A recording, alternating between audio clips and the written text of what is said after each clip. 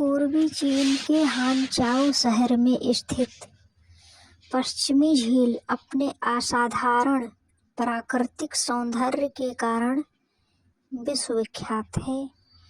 14वीं शताब्दी में इटली के मशहूर यात्री मार्को पोलो जब हानचाओ आया, उसने पश्चिम झील की खूबसूरती देखकर उसकी इन शब्दों में सराहना की कि जब मैं यहाँ पहुँचा तो लगा जैसे मैं स्वर्ग में आ गया हूँ।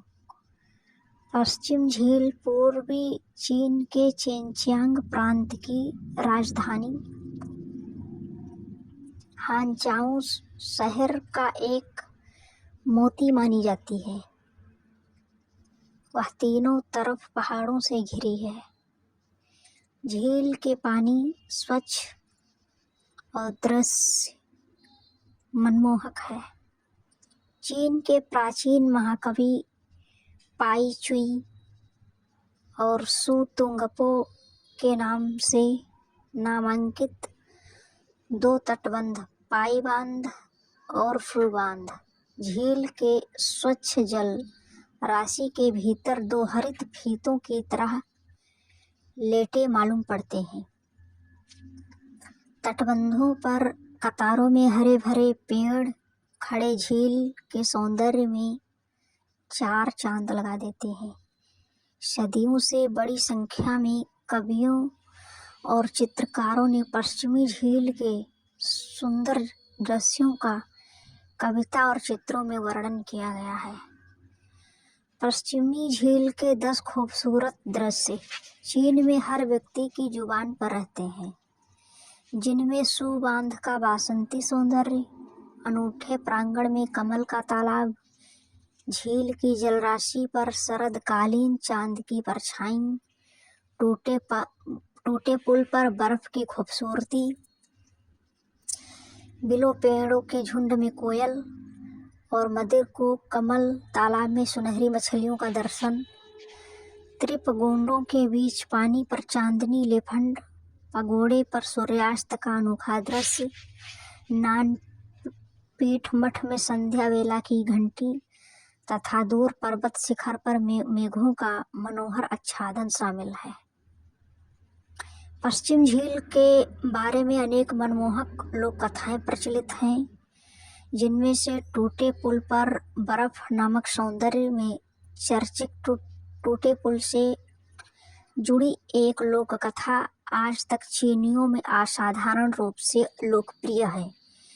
इस कथा में सफेद नाग से मानव सुंदरी में परिवर्तित एक युवती और शशु नाम के युवक के सच्चे प्रेम का वर्णन किया गया है। दोनों की पहली मुलाकात इस टूटे पुल पर ही हुई थी। सच्ची घटना पे आधारित है ये कहानी। एक सफेद नाग ने 1000 साल तक कड़ी तपस्या कर अंत में मानव का रूप धारण किया। वह एक सुंदर वात्सल्यवती युवती में परिणत हुई। एक नीले नाग ने भी 500 साल तक तपस्या की तथा वह एक छोटी लड़की के रूप में बदल गई। नाम पड़ा स्योछिंग।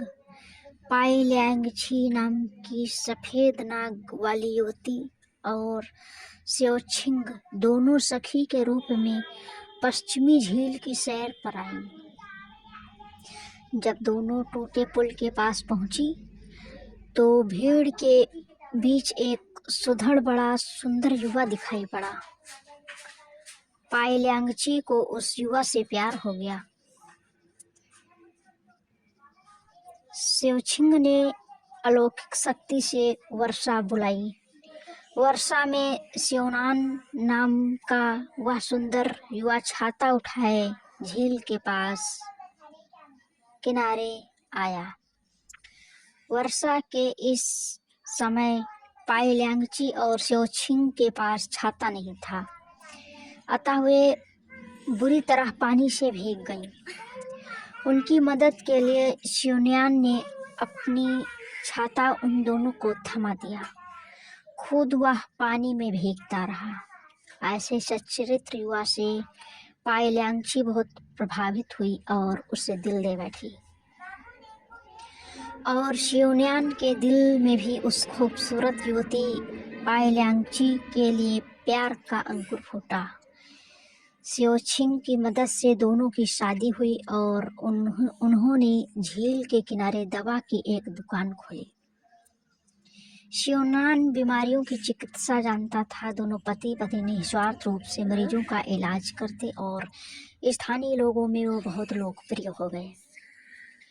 लेकिन शहर के पास स्थित चिनशान मठ के धर्माचार्य फाहाई पाई ल्यांची को निशाचर समझता था। उसने गुप्त रूप से शिवन्यान की उस पत्नी का रहस्य बताया कि वह सफेद नाग में बदली हुई है। उसने शिवन्यान को पाई ल्यांची का असली रूप देखने की एक तरकीब भी बताई। शिवन्यान को फाहाई की बातों से आशंका हुई। चीन का त्वानूर पर प्राचीन काल से ही खूब हर्षोल्लास के साथ मनाया जाता रहा। इस उत्सव पर लोग चावल से बनाई मदिरा पीते थे। वे मानते थे कि इससे किसी भी प्रकार के अमंगल से बचा जा सकता है। इस उत्सव को मनाने के दिन शिवन्यान ने फाहाई द्वारा बताई गई तरीके से अपनी पत्नी पाई ल्यांची को मदिरा पिलाई। इन दिनों पाई ल्यांची गर्भवती थी। मदिरा उसके लिए हानिकारक थी, लेकिन पति के बार बार कहने पर उसे मदिरा का सेवन करना पड़ा। मदिरा पीने के बाद वह सफेद नाग के रूप में बदल गई, जिससे भय खाकर शिवन्यान की मौत हो गई। अपने पति की जान बचाने के लिए गर्भवती पाई ल्यांची हजारों मील दूर तीर्थ खुनकुल पर्वत में रामबाण औषधि गलोर्दम की चोरी करने चली गई। गलोर्दम की चोरी के समय उसने जान हथेली पर रखकर वहां के राक्षसों से घमासान युद्ध लड़ा। पाई ल्यांची के सच्चे प्रेम भाव से प्रभावित होकर रक्षकों ने उसे रामबाण औषधि भेंट की। पाई ल्यांची ने अपने पति की जान बचाई। शिवन्यान भी अपनी पत्नी के सच्चे प्यार से वशीभूत हो गया। दोनों के बीच का प्रेम पहले से भी अधिक प्रगाढ़ हो गया। किंतु धर्माचार्य फाहाई को यह सहन न हुआ कि वह पाई ल्यांची अभी तक जीवित है। उसने शिवन्यान को धोखा देकर चिनशान मठ में बंद कर दिया और उसे भिक्षु बनने पर मजबूर कर दिया। इस पर पाई ल्यांची और शिवछिंग को अत्यंत क्रोध आया। दोनों ने जल जगत के सिपाहियों को लेकर चिनशान मठ पर हमला बोला और शिवन्यान को बचाना चाहा। उन्होंने बाढ़ बुलाकर मठ पर धावा करने की कोशिश की, लेकिन धर्माचार्य फाहाई ने भी दिव्य शक्ति दिखाकर हमले का मुकाबला किया। क्योंकि पाई ल्यांची गर्भवती हुई थी और बच्चे का जन्म देने वाली थी, इसलिए वह फाहाई से हार गई और शिवछिंग की सहायता से पीछे हटकर चली गई। वो दोनों फिर पश्चिमी झील के टूट पुल के पास आई। इसी वक्त मठ में नजर बंद हुए शिवन्यान मठ के बाहर चली गई। युद्ध की गड़बड़ी से मौका पाकर भाग निकला। वह भी टूटे पुल के पास आ पहुंची। संकट से बचकर पति पत्नी दोनों को बड़ी खुशी हुई।